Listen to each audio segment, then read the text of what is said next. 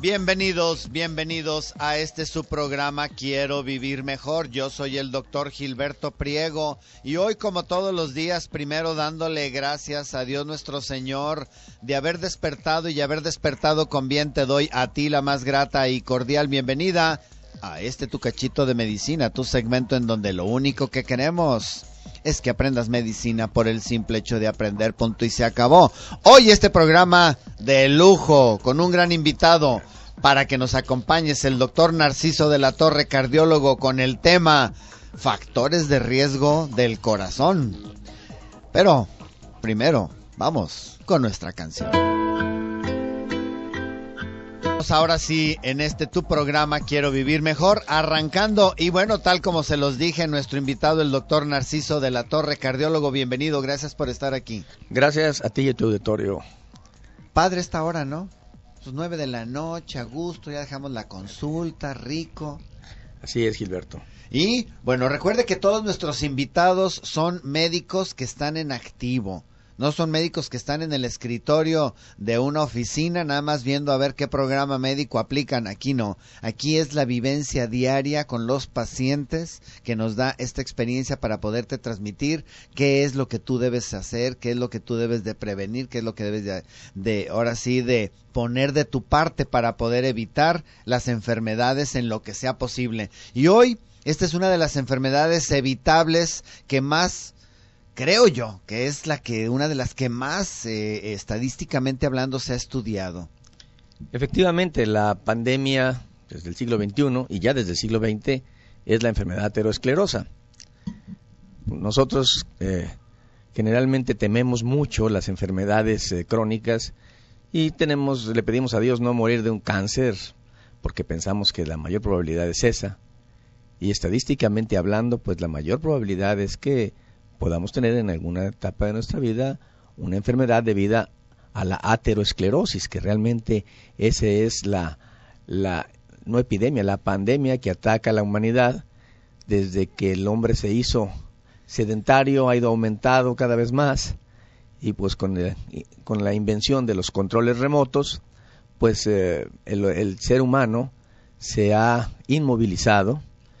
La aparición del trabajo en oficina, en computadora, ese sedentarismo ha causado que las grasas que circulan en el cuerpo no se utilicen y se estanquen o se depositen dentro de las arterias, dañando así lo más importante que tenemos, que es ese aporte circulatorio, el aporte de nutrientes, el aporte de oxígeno a los tejidos. Luego, el infarto del miocardio y las enfermedades cardiovasculares son la primera causa de muerte en los países que ya no mueren de hambre y que ya no mueren de enfermedades infecciosas, como es el caso de México. Fíjense qué increíble, ¿no? Porque finalmente, pues casi todos trabajamos nada más en oficina. Son muy pocos los jornaleros a lo mejor. Y bueno, y ahora también ellos en su tractor, pues ya van sentaditos. Ya no era que antes buscábamos la chuleta. Claro. Hoy hablas por teléfono y en 30 minutos te traen la chuleta. Así es. Estés donde estés, hasta en el baño. Porque luego me la cobran a mí. ¿Qué quiere decir esto? ¿O cuándo empieza la inquietud del ser humano para conocer por qué se moría la gente infartada? Bueno, sí, efectivamente hay indicios. En las momias ya egipcias encontramos datos de aterosclerosis. Se han hecho tomografías y resonancias magnéticas de momias de dignatarios egipcios que se han encontrado recientemente y se ve enfermedad en la aorta, sobre todo, que es fácilmente identificable, llena de colesterol. Sin embargo, pues entonces la explicación a las enfermedades era una explicación mágica. Básicamente, ya en el siglo XIX, final del siglo XIX, se sospechaba sobre la aparición de placas de colesterol, pero nunca hubo una causalidad inferida así directa. Es propiamente con los estudios de Framingham hechos en los 50 y que siguen corriéndose toda hasta la actualidad, cuando se ve que los pacientes que tenían el colesterol más elevado eran los que más infarto tenían. Ahí mismo se afirmó el efecto deleterio, el efecto pues nocivo del tabaquismo, el gran impacto que tiene la herencia, que ese sí es un factor no modificable, el sedentarismo y la presión arterial. Son los estudios que se hicieron en la población de Framingham y que fue a finales de los 50. Toda la población fue censada y se fueron recogiendo datos a través de los años, cuando ya vamos en varias generaciones posteriores, haciendo esa relación de causalidad. Si te fijas en los años 60, todas las películas que la gente fumaba como si nada, como una cuestión muy de... Hasta como terapéutico lo ponían. No, sí, qué bárbaro, ¿no? Y pues ya posteriormente, viendo todos esos resultados, se fue viendo que el cigarro era un factor de riesgo para tener enfermedad aterosclerosa, que es algo que la gente en forma intuitiva no lo concluye. Tú oyes el cigarro y dices, bueno, pues, qué feo para el pulmón, pero como yo no toso, pues no debe tener nada en el pulmón. Pues no, el cigarro te mata porque te tapa las arterias. Asimismo, otros factores de riesgo como es la diabetes mellitus, que también te va dañando esa estructura interna de las arterias, el colesterol elevado, que por sí mismo se deposita en las paredes arteriales, y la presión alta, que daña también ese recubrimiento interno que se llama endotelio y que es un órgano que es semejante al de 2 campos de fútbol. O sea, el endotelio, que es la cobertura de las arterias, si tú lo desdoblaras tendrías una dimensión semejante a 2 canchas de fútbol. Increíble. En un solo edificio, y en un solo individuo. Y ese endotelio realmente es un órgano vivo que protege el interior de las arterias cuando está sano, que produce sustancias lubricantes, que le da órdenes al músculo de la arteria para que se dilate. Cuando ese endotelio disfunciona, empieza a penetrar el colesterol en la pared arterial y a hacer esa placa de ateroma, que es la que al romperse provoca un coágulo y provoca el infarto del miocardio. ¿Qué les parece? Qué interesante, ¿no? Pero tenemos que irnos a nuestra siguiente canción y de ahí a nuestro bisturizazo. Estás en la mejor estación, así es, aquí en Radio Mujer 92.7 de FM. ¡Vámonos!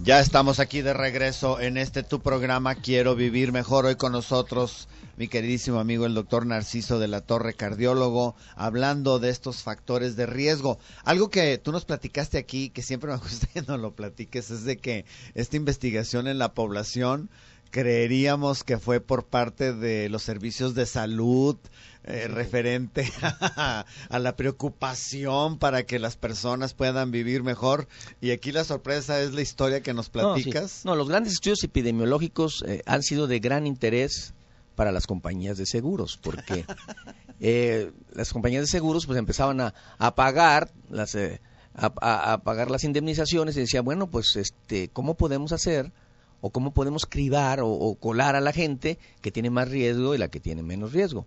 Y así fueron los estudios estudio de veteranos y muchos otros estudios, incluso también el de Framingham. Aunque Framingham tuvo participación gubernamental, los principales interesados fueron ahí las compañías de seguros.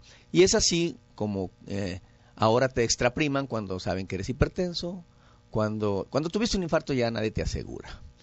Y ya, eso, para acabar pronto. Sí, que eso es...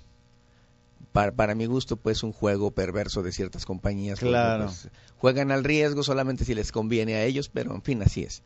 Entonces, se fueron dando cuenta de que entre tantos factores que ellos introdujeron a esa ecuación, porque introdujeron hasta el color de los ojos, nadie sabía qué iba a salir. Ellos dijeron, a ver, tú cénsame a toda la población, el que quiera entrarle le vamos a pagar tanto por reportarse cada tanto tiempo, inicialmente telefónicamente, después y que venga una vez al año a hacerse exámenes de laboratorio, y vamos a ver hasta que muera esta población y vamos a ver qué elementos influyeron, desde la forma de la oreja, peso, talla, dieta, grupo sanguíneo, dieta, herencia, y pues se fue viendo que en esa curva tú veías, por ejemplo, el colesterol, los que tenían 120 de colesterol, pues se morían menos que los de 140, 140 menos de los 160, y a partir del 200 se disparaba la curva en forma vertical. Entonces ellos decían, bueno, pues los que tienen más de 200 de colesterol total, entonces no se utilizaban mucho las subfracciones. Después se metieron ya los de colesterol bueno y colesterol malo. Ellos se mueren más, pues esos cóbrales más, ¿no? La presión arterial, entonces el nivel de corte de presión arterial era 160/90.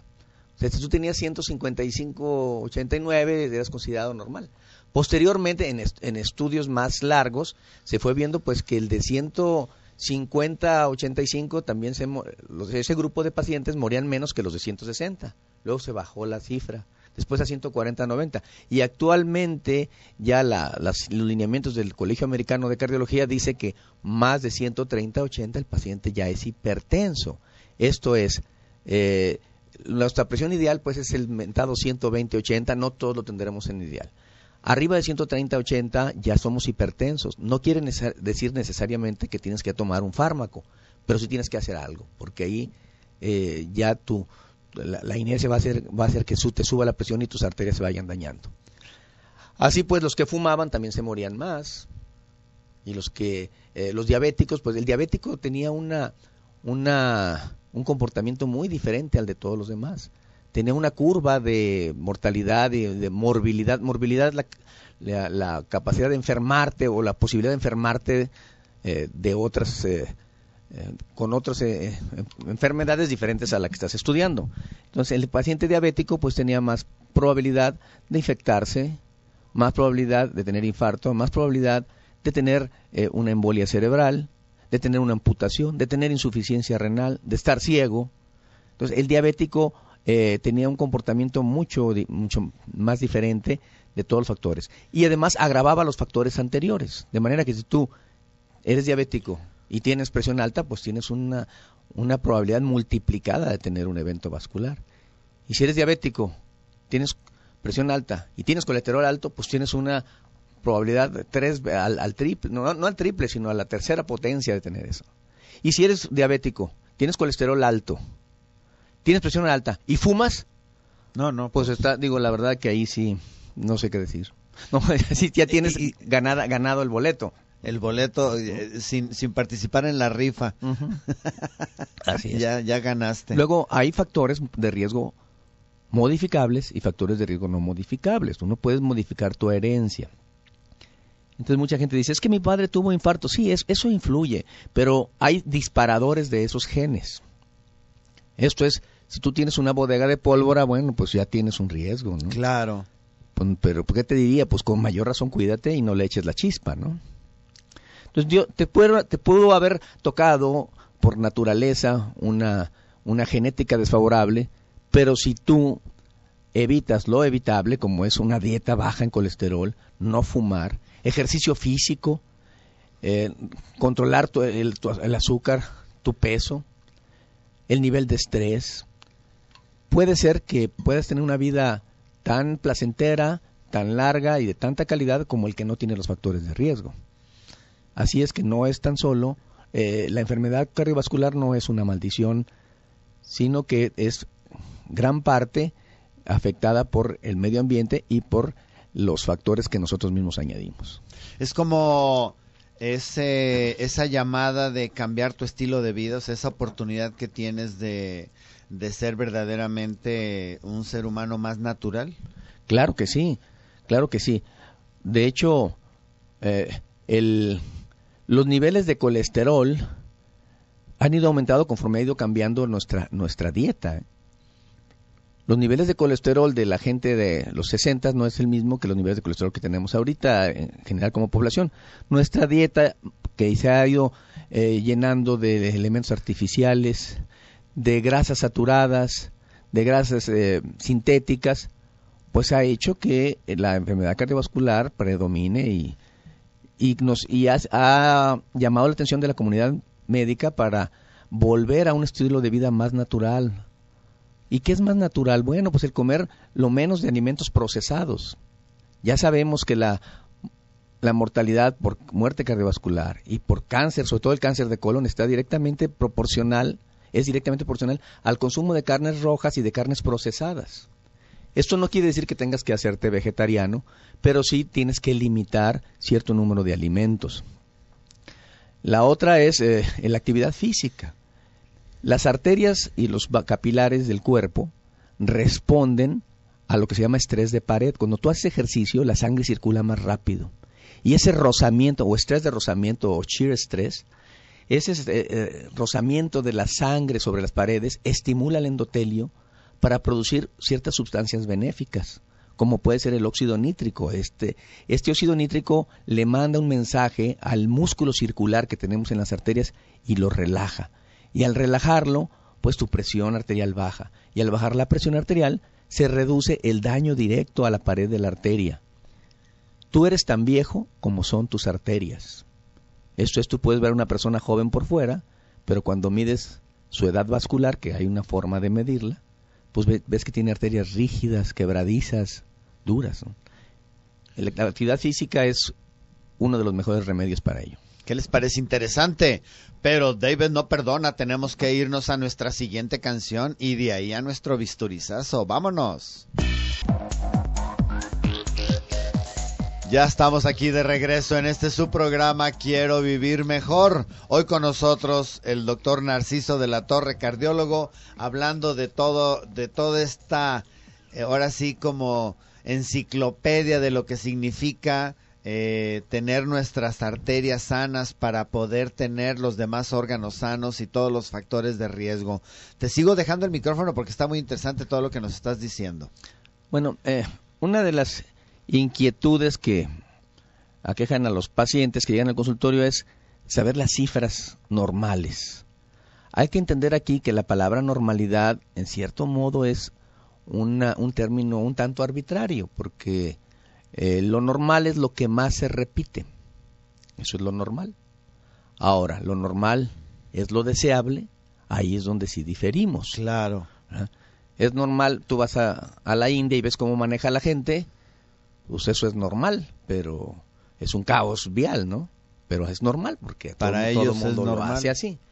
Entonces aquí mucha gente me dice, oiga doctor, es que para mí lo normal son 150-90 o 160-90. Pues lo normal, pero no es lo deseable, porque los que lo usan así de normal, pues viven menos. Cuando ya tú quieres aplicar en tu propia persona o en un paciente específico, pues quieres lo mejor, no quieres lo normal. Así pues, las cifras de colesterol. Las cifras de colesterol, vamos a decir ya el normal estadístico, tendría que ser aproximadamente el colesterol total 200 miligramos de ahí para abajo. Ahora, cuando ya dividimos las fracciones del colesterol en colesterol bueno y colesterol malo. El colesterol bueno se llama HDL o lipoproteínas de alta densidad. HDL por High Density Lipoproteins. Son moléculas que barren, son como una esponja que va limpiando las arterias. Y se llena de colesterol del que va limpiando. Y luego llega al hígado y ahí se destruye. El fenotipo del mexicano, el mestizo mexicano, tiene muy bajo HDL. Tenemos triglicéridos altos y bajo HDL. De ahí, la cifra normal tendría que ser más de 45 en un hombre y más de 50 en la mujer. El colesterol bueno, mientras más alto, mejor.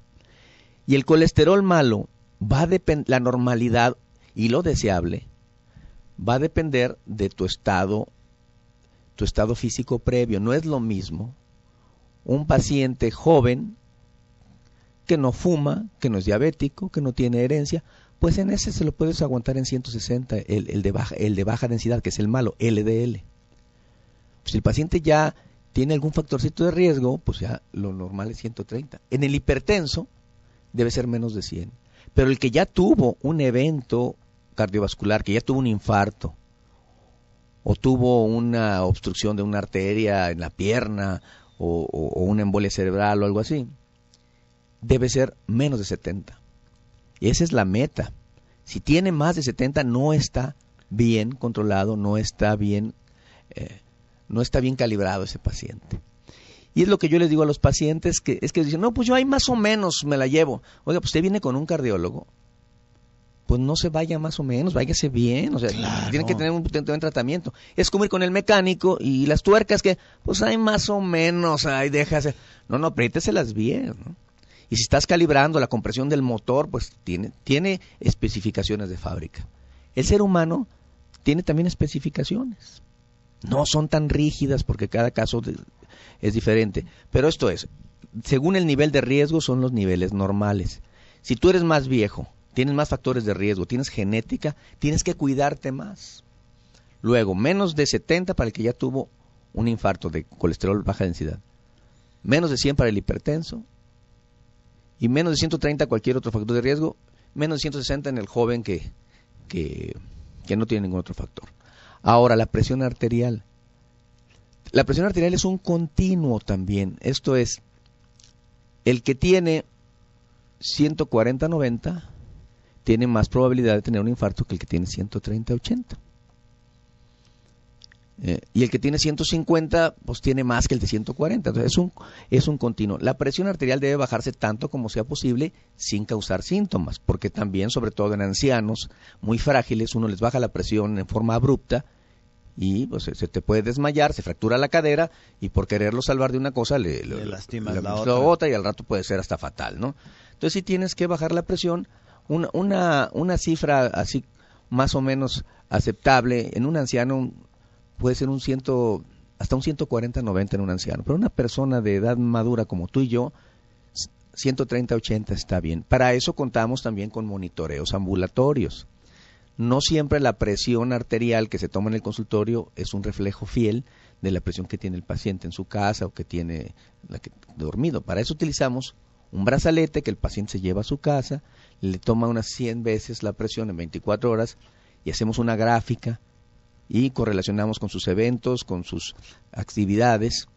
Vemos qué pasa cuando ve a la suegra, cuando va al trabajo, en la junta del trabajo, cuando tiene un accidente de tráfico.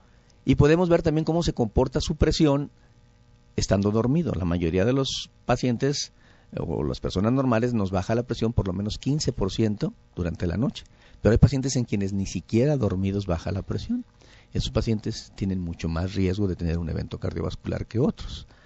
Esos que no les baja la presión en la noche, puede ser porque o tienen apnea de sueño o están tan estresados que siguen todavía atormentados durante el sueño, ¿no? O tienen también algún otro problema renal o otra causa endocrina de hipertensión. Entonces eso es con la hipertensión. El tabaquismo, ahí es 0, ¿no? Lo que debes tener. Eso sí no es ni cuánto es lo normal, eso... Lo normal es lo que toda la gente hace, pero cada vez, curiosamente, cada vez fuman menos los hombres, cada vez fuman más las mujeres a edad más temprana. Parte de la liberación de la mujer, aquí que estamos en Radio Mujer, ha sido el quererse igualar, incluso en riesgo, con los hombres, lo cual pues va en desventaja con ellas, ¿no? En ese deseo de la igualdad están agarrando vicios que uno está desterrando, ¿no? Así que es. ya lo probó, que está afectando. Fíjate que yo cuando fumaba, pues yo ya tengo 27 años de haber dejado de fumar. 27 años. Y fumaba y le hacía el ridículo nada más. Porque no le daba el golpe, o sea, lo que dicen el golpe, que el humo llegaba hasta mis pulmones. 2 veces en la vida le di el golpe al tabaco y las 2 veces terminé desmayado. Entonces, qué curioso, en lugar de decir el cigarro no se hizo para mí, no, dije el golpe no se hizo para mí. Entonces el humo lo tenía nada más en la boca y lo aventaba. Pero curiosamente sí se siente el cigarro. Y yo dejaba de fumar 15 días dejaba de fumar, depuraba mi organismo de las sustancias del tabaco y me acuerdo que me levantaba a los 15 días y prendía un cigarrillo y la primera fumada sentía como recorría como un calosfrío mi cuerpo y ya no la volví a sentir. O sea, la sustancia desde una fumada entra a tu cuerpo y te hace que después hagas tolerancia, claro, y necesites cada vez más, es otro rollo. Sí. Pero finalmente desde una fumada siente, o sea, el cuerpo resiente ese humo del tabaco. Claro. Sí, mucha gente no encuentra la relación del tabaco con la aterosclerosis. Y bueno, todas las sustancias que contiene la combustión misma y la nicotina dañan el endotelio, ese órgano, esa tela ese mosaico de células vivas que cubre las arterias y que nos protege de la obstrucción. ¿Qué les parece interesante? Pero tenemos que irnos a nuestra canción y a nuestro bisturizazo. Estás aquí en Quiero Vivir Mejor a través del 92.7 FM de 9 a 10 de la noche de lunes a viernes. ¡Vámonos!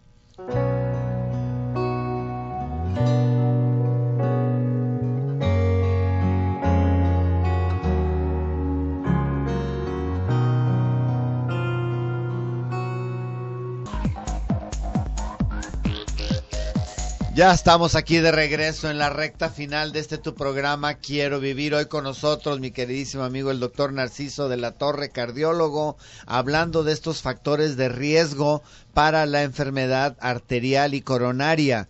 Y bueno, pues él nos está platicando muy a gusto, así de que lo sigo dejando para que él nos siga platicando. Bueno, entonces estábamos hablando de los factores de riesgo coronario, le llamamos nosotros, son factores de riesgo cardiovascular. Y ya habíamos dicho que eran los no modificables, como es la edad y la herencia, y los modificables, como es el nivel de colesterol, la presión arterial, hábitos nocivos, como es el tabaquismo.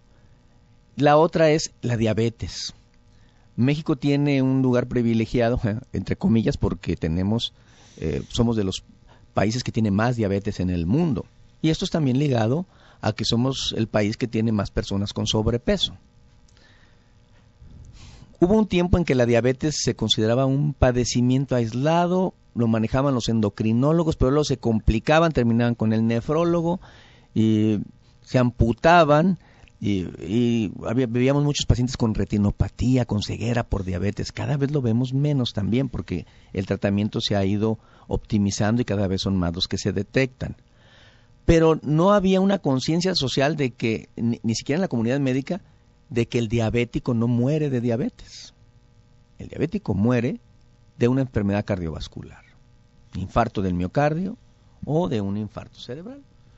Generalmente esas son las causas de muerte, o de insuficiencia renal, que a fin de cuentas el riñón falla porque también falla su circulación. El meollo del asunto está en la circulación arterial y en la circulación capilar de los vasos pequeñitos que no alcanzamos a veces a ver con la simple vista.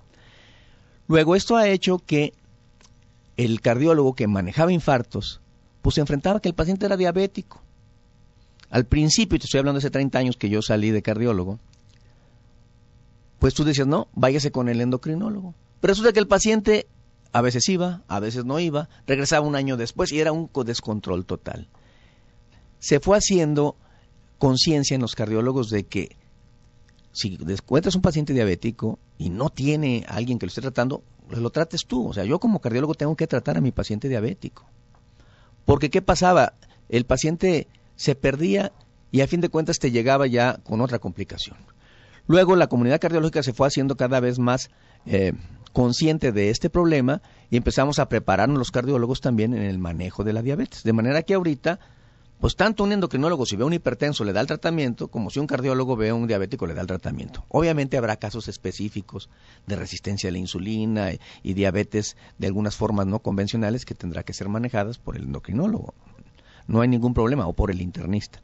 Pero en lo que sí estamos de acuerdo ya hay que, ¿quién debe manejar la diabetes? El que sepa hacerlo.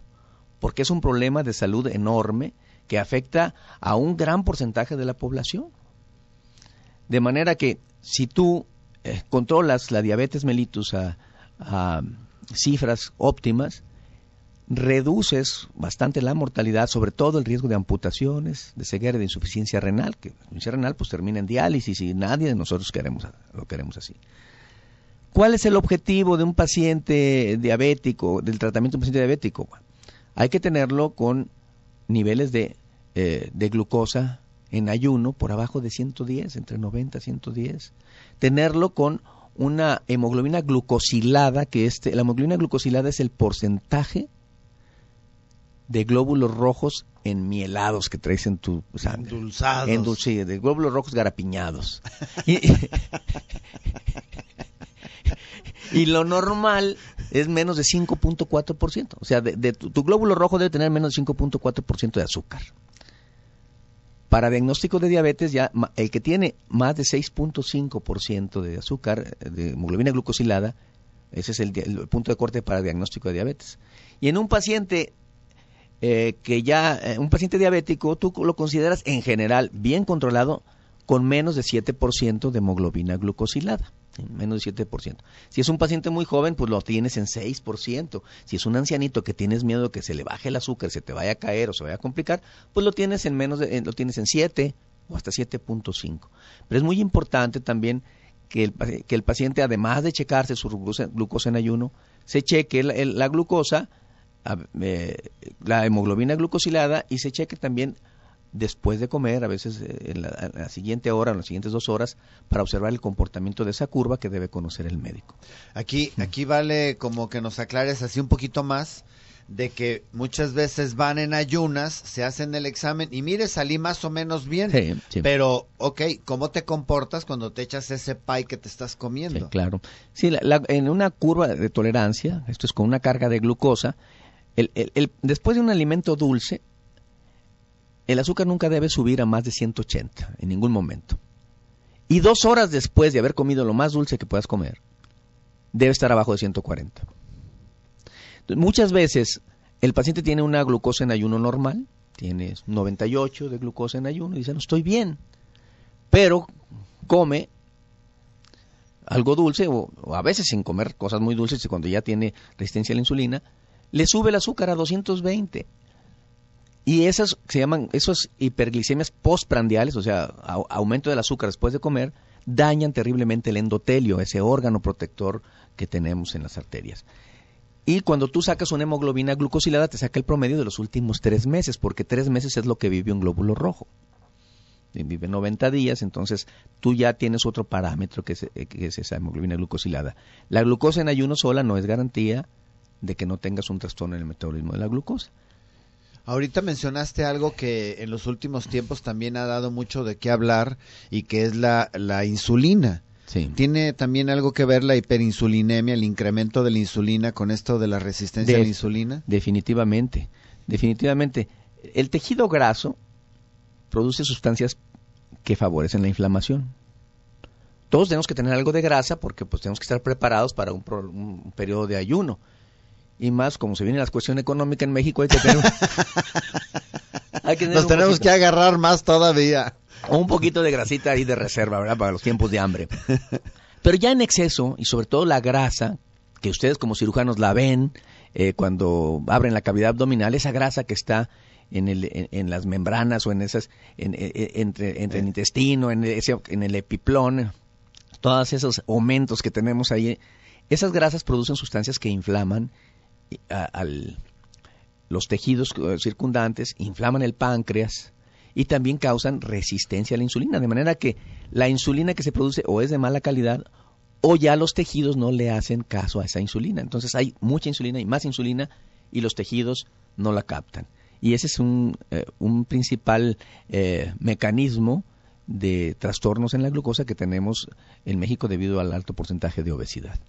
Cuando estamos hablando entonces de lo que es los factores de riesgo, pues es modificar totalmente tu vida. Es esa oportunidad que tienes de volver a ser cavernícola, entre comillas, o claro. sea, comer más sano, más vegetales, más verduras, hacer ejercicios, evitar el sedentarismo. Los cavernícolas no conocían el tabaco. Claro.